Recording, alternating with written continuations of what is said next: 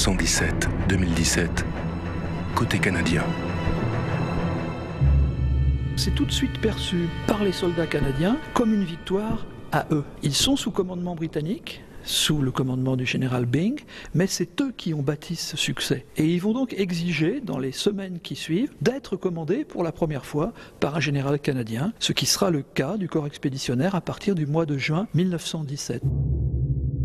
Au mois d'août 1917, les Canadiens vont descendre dans la plaine de Goël, dans le bassin minier, et s'emparer d'un lieu stratégique qui s'appelle la colline 70. Ça va être des combats extrêmement sanglants à l'ouest de Lens. Mais ça ne débouche pas sur quelque chose de significatif. On va retrouver le corps expéditionnaire canadien au mois d'octobre et au mois de novembre 1917 dans la boue de Passchendaele en Belgique, dans des conditions atroces. Mais enfin, le rôle majeur des Canadiens dans la dernière partie de la guerre, on l'enregistre à partir du mois d'août 1918.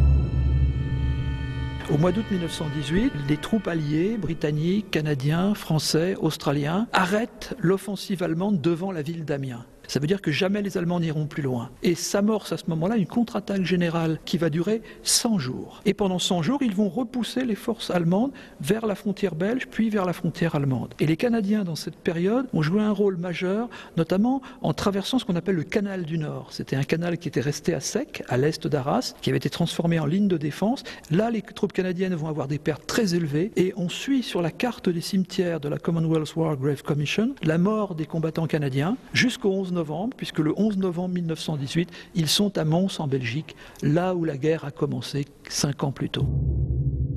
Ils ont acquis le sentiment d'être un peuple à part, alors qu'ils étaient partis au combat, pour la plupart volontaires fin 14, début 15, comme des membres de l'Empire britannique. Ces hommes étaient des immigrants récents pour la plupart, qui avaient de fortes attaches avec la couronne d'Angleterre, mais là ils ont le sentiment maintenant d'être les hommes d'un nouveau pays, d'un grand pays, dans tous les sens du terme, et d'avoir acquis cette grandeur dans les combats de Vimy. Voilà pourquoi ce lieu est devenu très vite un lieu symbolique de la nation canadienne.